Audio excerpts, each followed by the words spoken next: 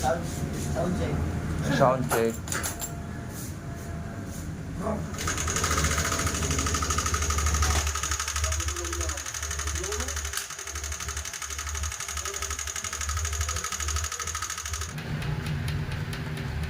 Hindi naman sira yung ano. Hindi ko pala. Tinan mo, baka mamaya wala rin sa timing yung visit na. Baka tayo.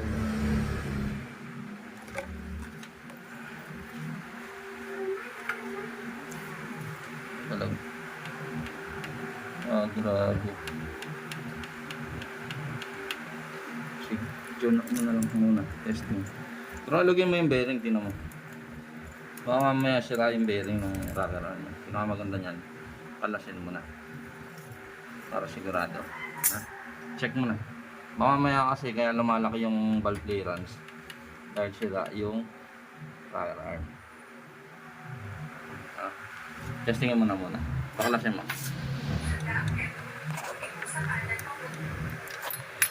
Ayan na. Ang katotohanan. Ayun, nawasak ang puta. Sabi na eh. Ano? Bumaman. Ay, sakit. So, ito yung problema ni boss. Kaya maingay. Kaya kahit anong tune-up gawin nyo dito, hindi to magtatahimik. Kasi sira itong rocker arm. Intake. Check mo na rin yung exhaust para sure. Okay, talaga naman. So, inabot ka ng super daming kamalasan. No? So, ang issue nito maingay. Kwento lang natin ng konti. 3 months ago, pinatop overhaul. Ang top overhaul, pinalitan yung block. Tapos after 1 week, 1 week no? Nag-overheat.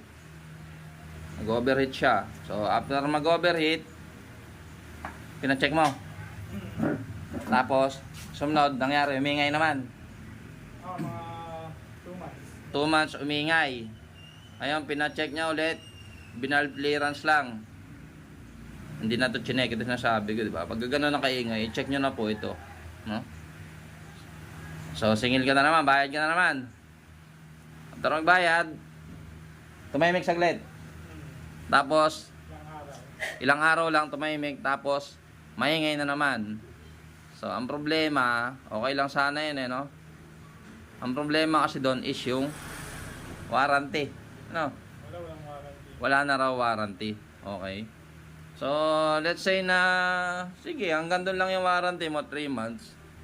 Kaya lang, bigyan mo ng consideration yung customer kasi ang dami nang nagastos sa inyo. Mali yung diagnosis nyo. Pagka po gano'n, na mali ang inyong pagkaka-diagnose, mali ang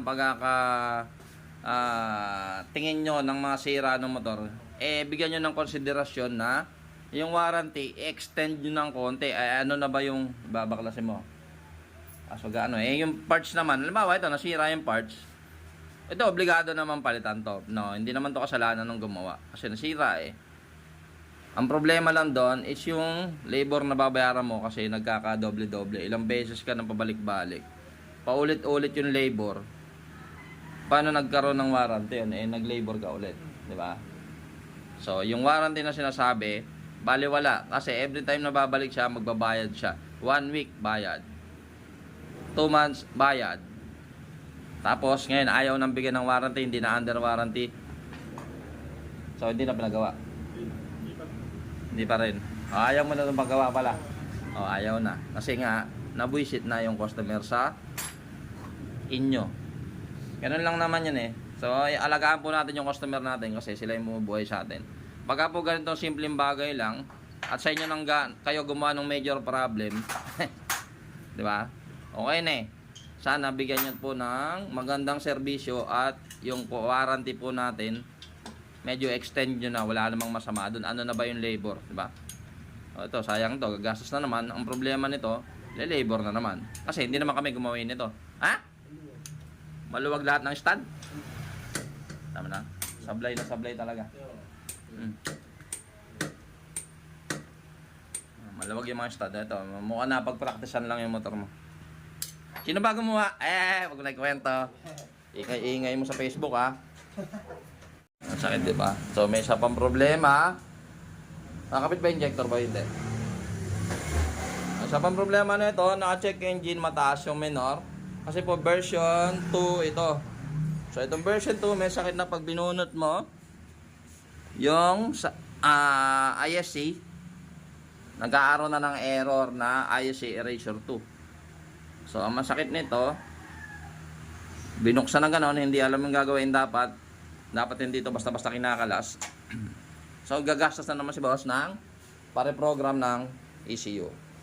Okay, yun ang masakit doon. Pagka yung pong gumagawa, wala rin pang program, problema pa. Ay, tingnan nyo naman, oh. Paano hindi mo sasabihin nagpaulit-ulit ng baklas? Palpal lahat ng tornilyo. Ha? So, paulit-ulit yung baklas. Iniwanan mo to doon? Motor mo? So, iniwanan doon yung motor. O, ingat na lang po tayo. Talagang ganun nangyayari talaga yung ito. So, papalitan na lang po namin lahat ng sira para mapatino na yung motor at makaalis na si boss. Okay? Start.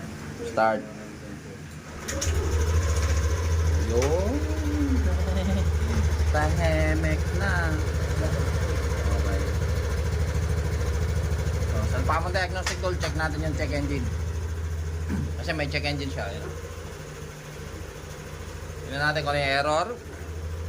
Kailangan pag-alis niya yung kumpleto lahat, tapos lahat ng problema. Wala nang matitira. Check muna natin kung ano ang kanyang error. Di ba, napakagaling ko, nag-video ako, hindi naman nakapindot yung video, ano? Ayos talaga, yeah. O, ayan yung error niya, oh.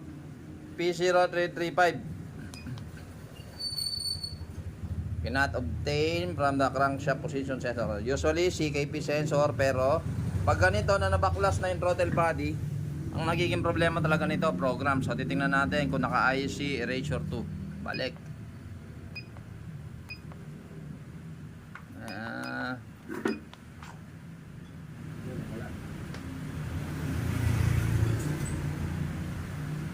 Yan, ako, ang baba ng 14 degrees, sagad ng pinakababa. Pero nakasagad na ng baba yung throttle position, pero ang taas ng minor.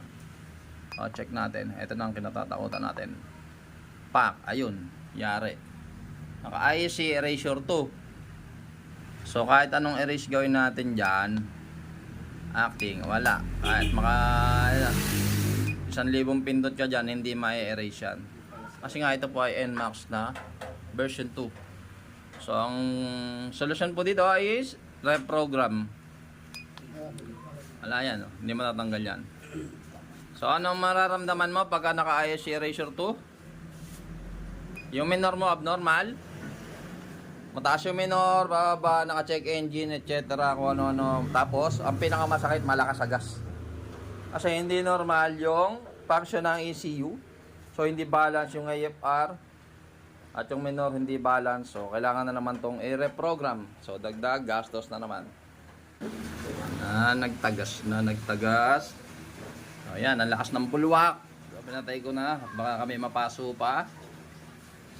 Pagka po ganito na bumubulwak, wala na, obligado po natin hugutin yung head para ma-repace. Sigurado warp yung head nito, kaya ganito.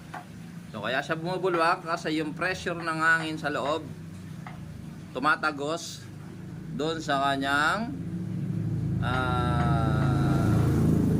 tawag dito, head gasket.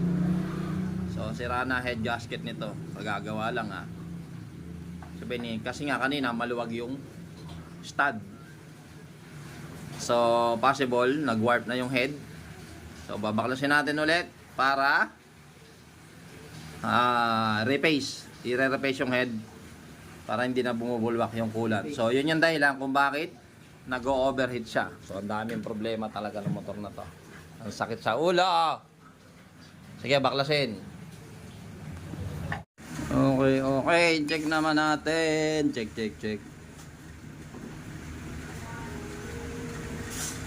Mabagal na yung utak ng diagnostic tool ko. Delayed Ayun na.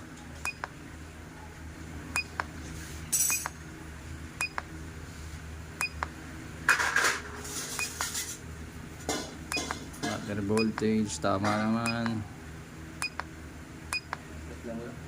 Wait lang yan, nakatama na yung kanyang throttle position 16. Tapos ang kanyang IC correction value erasure. Ayan, IC erasure 0 na, goods na yan. Tapos wala na yung check engine.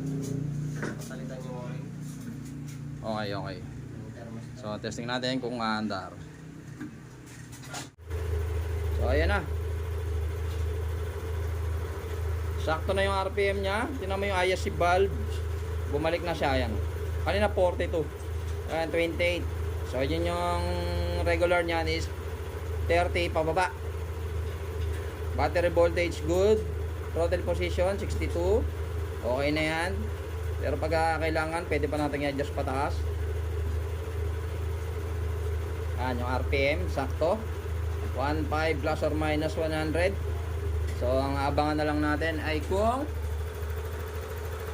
bubulwak pa yung kanyang coolant, kasi yan yung problemang isa, nag-overheat. So okay na to. Tingnan natin pa maya, balikan natin pag mainit na. Okay na mga kapatid. Diyos na, kalmado na yung kanyang coolant. Ayan, konti na lang. Ang kanyang temperature ay 87 na lang. Kanina 100 plus to pag binibirit. So ngayon, ayan, bumaba na siya. Yung next, yan. Yan ang palatandaan na gumagana yung inyong cooling system.